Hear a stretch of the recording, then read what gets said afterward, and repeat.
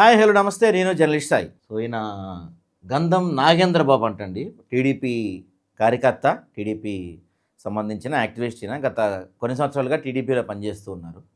So ఈయన ఒక video release చేశారు. ఆయన కన్సర్న్ దేని గురించి? మద్యం గురించి, పెరిగిపోతున్న అక్రమ మద్యం గురించి, గ్రామాల విస్తరిస్తున్న బెల్ట్ షాపుల గురించి ఆయన ఒక కన్సర్న్ రైజ్ చేశారు. ఒకసారి ఇది ఫస్ట్ ఆయన ఏం మాట్లాడారో చూద్దాం. హాయ్ ఫ్రెండ్స్, నా పేరు గంధం నాగేంద్ర బాబు. సత్తెనపల్లి నియోజకవర్గం, ముప్పాల మండలం, దమ్మాలపాడు గ్రామం.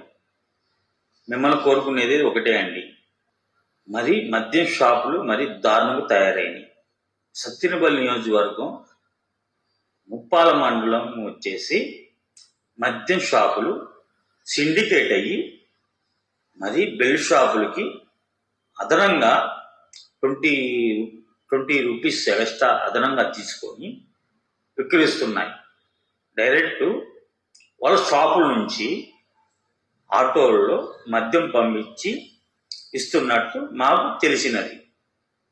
ఇట్లా దమ్మాలపాడులో బెల్ట్ షాపులు అమ్మేవాళ్ళు కోటర్కి 40 రూపాయల నుంచి 50 రూపాయలు తీసుకొని అదనంగా విక్రయిస్తున్నారు. మీరు గమనించాలి.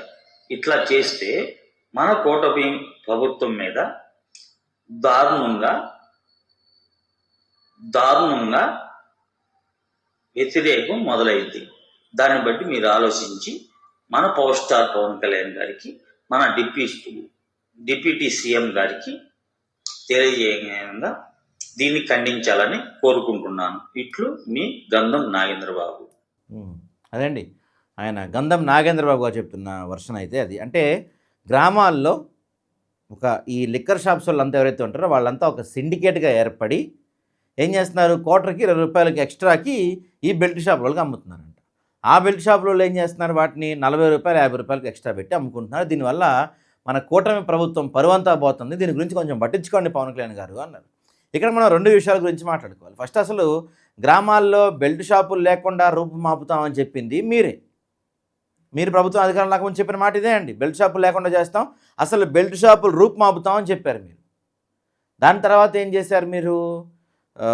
ఈ మద్యం పైన జరుగుతున్న అక్రమాలు, ఈ సిండికేట్, ఈ వ్యవస్థ మొత్తం తీసేస్తాము, ప్రజలందరికీ ఎంఆర్పీ రేట్ ఎవరైతే ఉంటారో మందుబాబులు వాళ్ళందరికీ ఎంఆర్పీ రేట్ దొరికేలా చేస్తామని కూడా చెప్పారు.